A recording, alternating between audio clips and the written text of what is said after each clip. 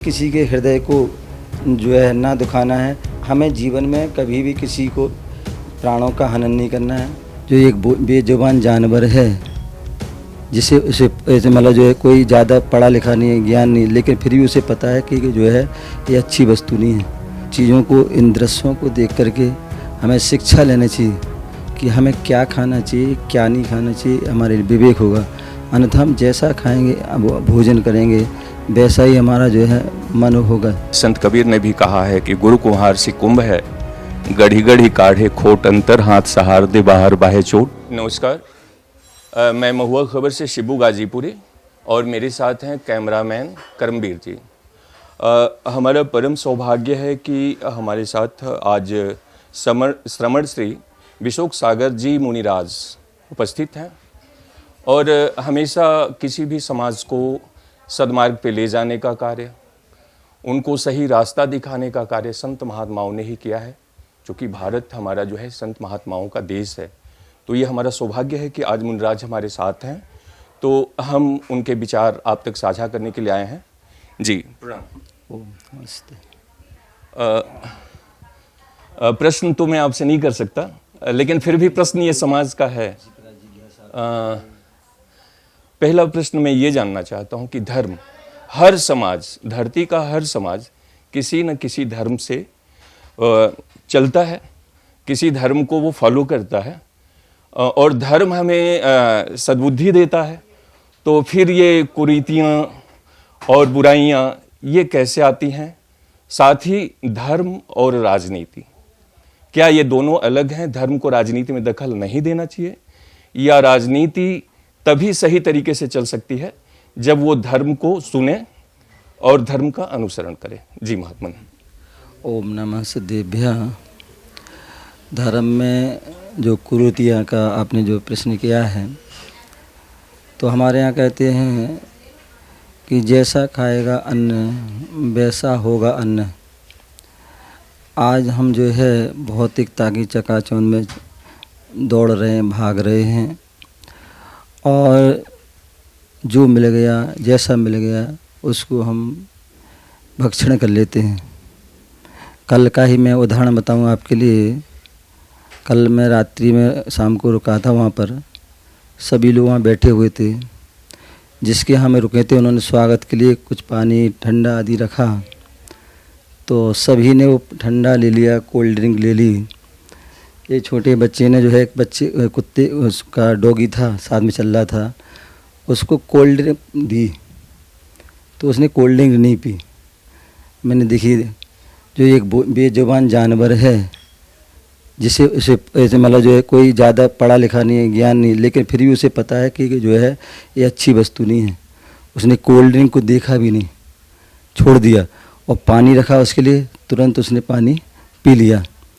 तो हमें कभी कभी इन चीज़ों को, इन दृश्यों को देख करके हमें शिक्षा लेनी चाहिए कि हमें क्या खाना चाहिए, क्या नहीं खाना चाहिए। हमारे विवेक होगा, अन्यथा हम जैसा खाएंगे भोजन करेंगे वैसा ही हमारा जो है मन होगा। जैसे पिएंगे पानी वैसी ही हमारी वाणी। आज हम कैसा बोलना, कैसे बोलना आदि हम जो है भूल जाते हैं, क्योंकि हमारा पानी शुद्ध नहीं है। हम जो है पानी कोई आरओ का, इसका उसका हम पानी पी रहे हैं। हमारे यहाँ प्राकृतिक पानी जो है, नदी का पानी, कुएं का पानी या बरसात का पानी, बोले जो शुद्ध माना जाता है, उसको पीते हैं तो निश्चित ही जो है हमारे जीवन में होती है। दूसरा, एक काल का भी प्रभाव होता है। कहते हैं हमारे यहाँ जो ऐसे बोलते हैं, हम जैन धर्म में 60 काल बताए हैं। उन 60 काल में चौथा काल जो है, जिसे हम हिंदू परंपरा में सतयुग भी कहते हैं। सतयुग जो अच्छा माना जाता है, उसमें जो है हमारे महापुरुष आदियों का जन्म होता है और महान क्रियाएँ, महान उनके आचरण होते हैं। लेकिन पंचम काल जो है हीन काल होता है। इसमें हमारे जो है आयु में, अवगाहना में, ज्ञान में, संपदा में और आचरण में भी वो क्या होती है, ह्रास होता है।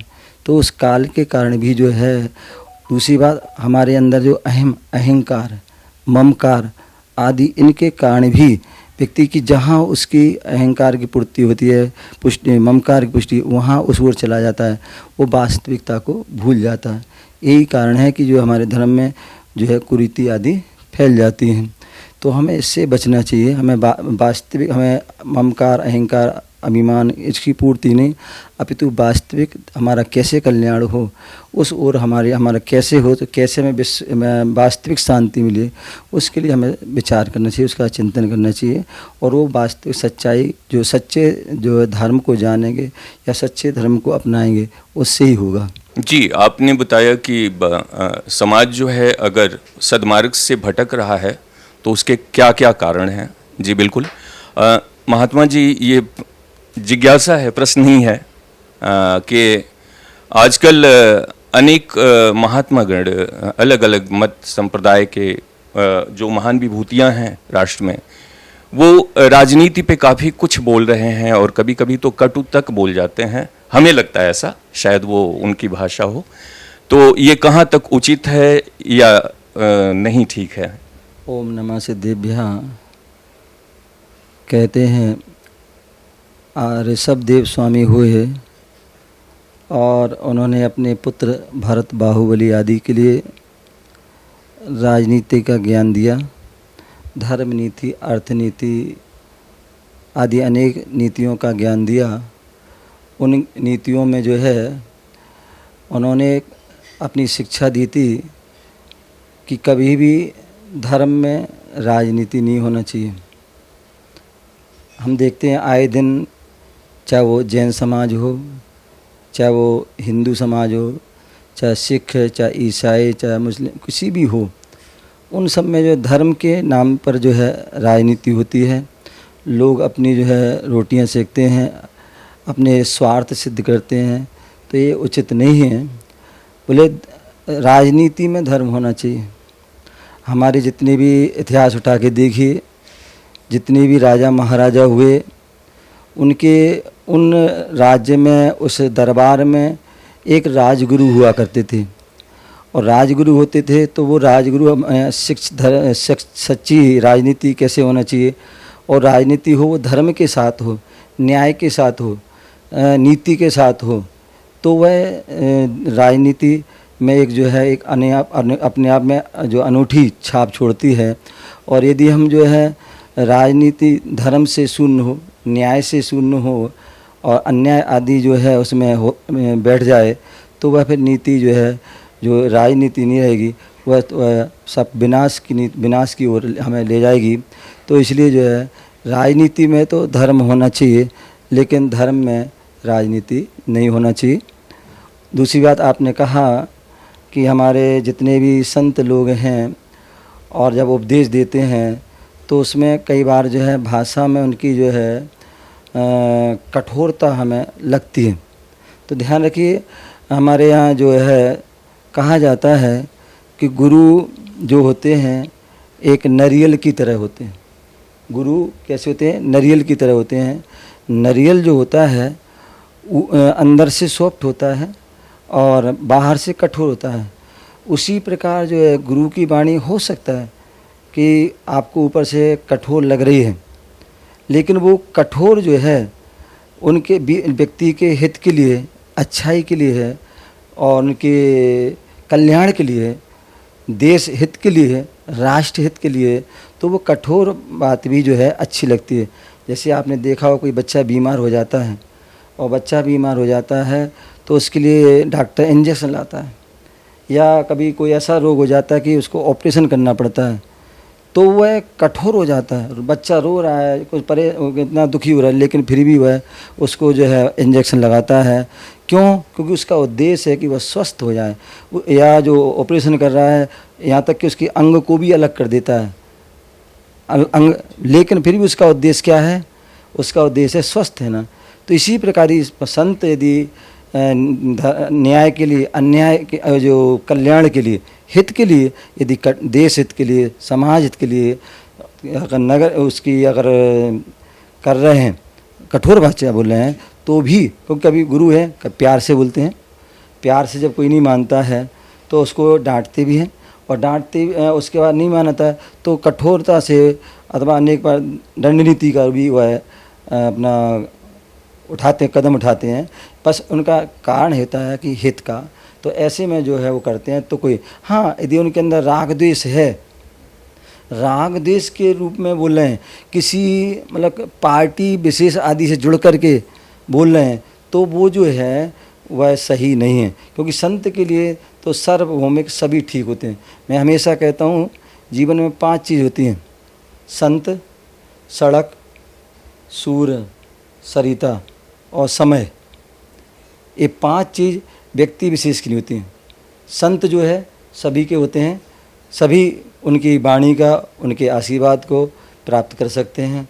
सड़क जो होती है उस सड़क पर सभी लोग चल सकते हैं, वह व्यक्ति विशेष की होती है। सरिता जो होती है उसका पानी सभी उपयोग कर सकते हैं। सूर्य जो है, सूर्य की किरण जो है सभी के घर में जाती है, उसमें वह गरीब अमीर छोटे बड़े का कोई भेद नहीं करती है। उसी प्रकार समय, समय जो होता है, कोई भी व्यक्ति है, सभी का समय एक सा नहीं रहता है। कभी किसी का अच्छा होता है, कभी किसी को बुरा होता है, कभी किसी को बुरा होता है, कभी तो ये सभी 5 चीज़ सभी की होती हैं। तो संत के लिए हमेशा सार्वभौमिक, वसुदेव कुटुंबकम, ये हमारा, ये हमारा, ये हमारा, ये उसका पराया, ये नहीं होना चाहिए। अभी तो उसके लिए सभी, यहाँ तक कि हमारे कहते चाहे मित्र हो चाहे शत्रु हो, भक्त हो अभक्त हो, सभी संत के लिए बराबर हैं और सभी के लिए वह बराबर का आशीर्वाद देते हैं। यही उनकी जो है महानता है।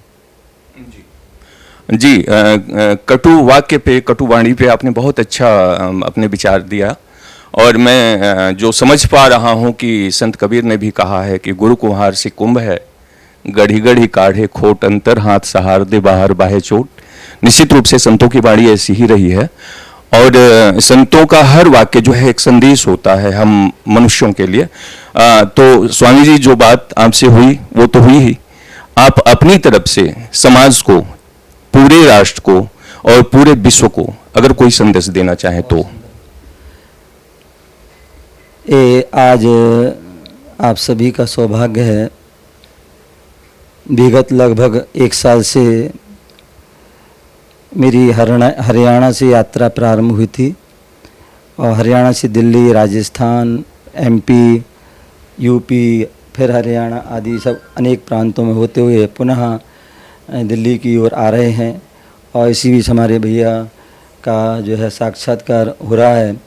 और जब भी हमारी यात्रा चलती है, हमारे गुरुदेव आचार्य विराग सागर जी महाराज, उन्होंने भी लाखों किलोमीटर की यात्रा की। जब भी यात्रा की तो हमेशा 5, उस यात्रा में 5 सूत्र जहाँ भी जाते थे वो रखते थे। और वो 5 सूत्र जिन्होंने धारण के लिए, समझ लो उसका कल्याण हो गया, उसका हित हो गया। और वो 5 सूत्र थे। पहला सूत्र था अहिंसा। हमें जीवन में कभी भी किसी को प्राणों का हनन नहीं करना है, किसी को कष्ट नहीं देना, किसी को पीड़ा नहीं देना, यहाँ तक कि किसी के हृदय को जो है ना दुखाना है।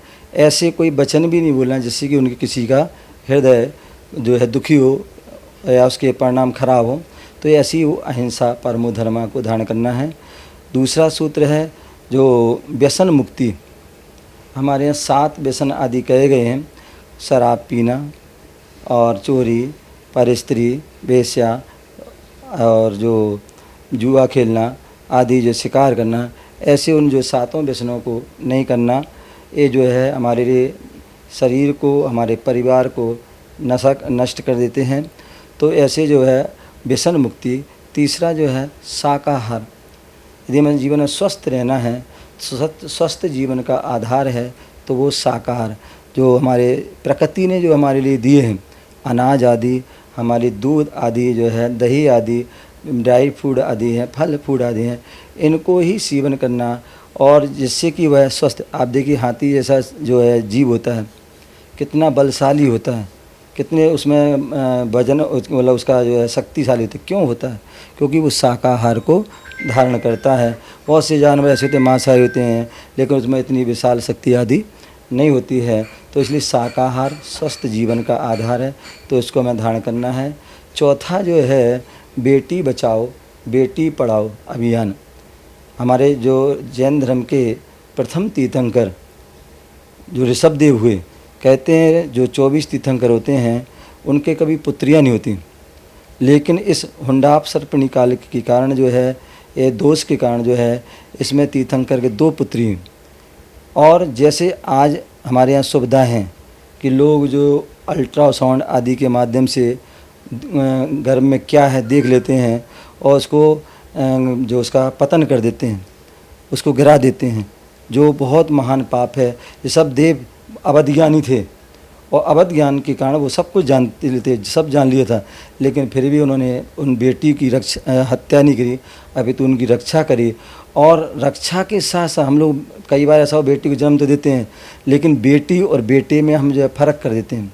ध्यान रखने, जब भगवान ने कोई फ़र्क नहीं किया तो हम क्यों फ़र्क पड़ें। तो जैसे हम बेटे को सम्मान देते हैं, बेटे का हम आदर करते हैं, बेटे को पढ़ाते लिखाते सब कुछ करते हैं, तो उसी प्रकार बेटी को भी हमें पढ़ाना चाहिए। तो बेटी पढ़ाओ बेटी बचाओ ये अभियान।